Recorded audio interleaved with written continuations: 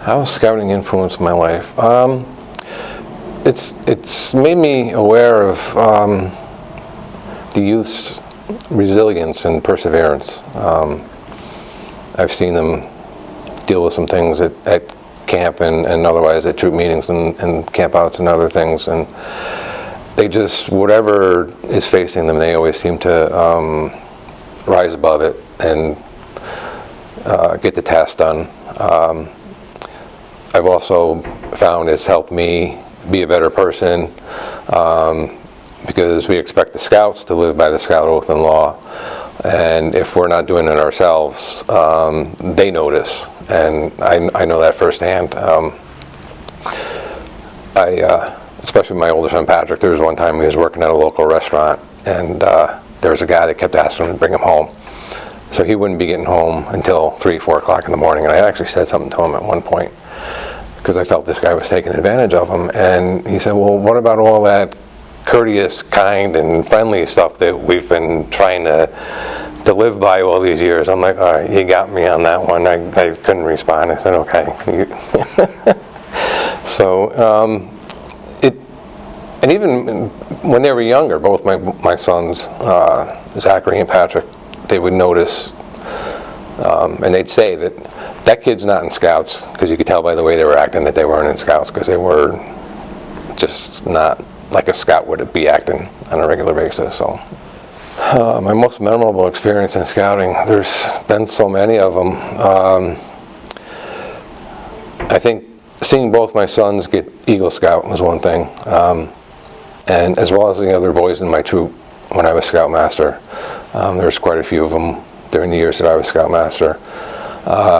We've had some really fun times. I did my Triple Crown, which means I went to 3 of the high adventure bases with them, and I finished the Grand Slam without them, but I did it anyway.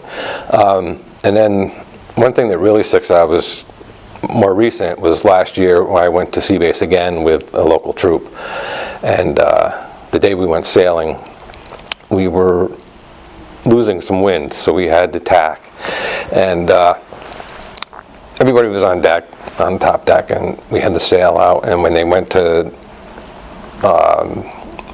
move it to the other side, they had everybody lay down on the deck so that you wouldn't get hit by the boom and get hurt. So normally when you're sitting on the deck on one of these boats and you're sailing down there, you're 3, 4, maybe 5 feet from the water. So anyway, I'm laying there, and the boom shifts to the other side, and the wind grabs it, and the boat starts leaning, keeling over to make the turn. And I had my arm around something, and I had my foot on the deck holding one of the Scout's hats, because he had already lost it into the water. And I reached up to grab the cooler to keep that from falling off the deck, and just holding on to whatever I could.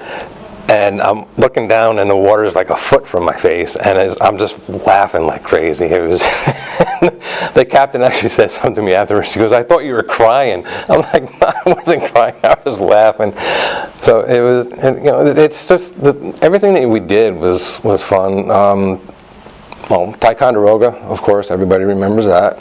And the ironic part about that is I did my IOLS the following weekend at Boyhaven, and we had great weather. The sun was shining, and it was kind of warm for a fall day, and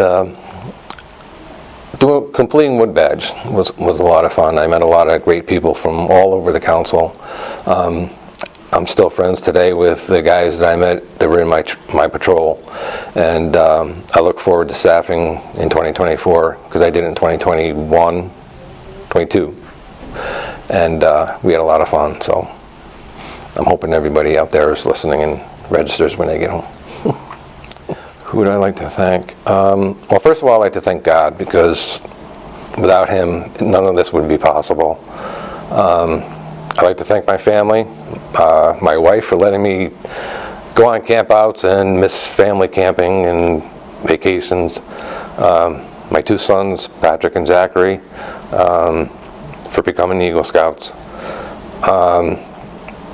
There's so many people in the council that I've met over the years that I'd like to thank, but I don't think I can do it individually because I'm sure I'd miss somebody, and I don't want to upset anybody. So, I mean, everybody out, you know who you are. You're the ones that came to me and said, hey, we're doing this. Would you be interested in doing it? And, of course, I always said yes. So that's how we got to where we are today. So the youth in the council as well for being here and just staying in the program and making it possible. Because without the youth, we wouldn't have a council and we wouldn't have camps and everything else. So I think that's about it.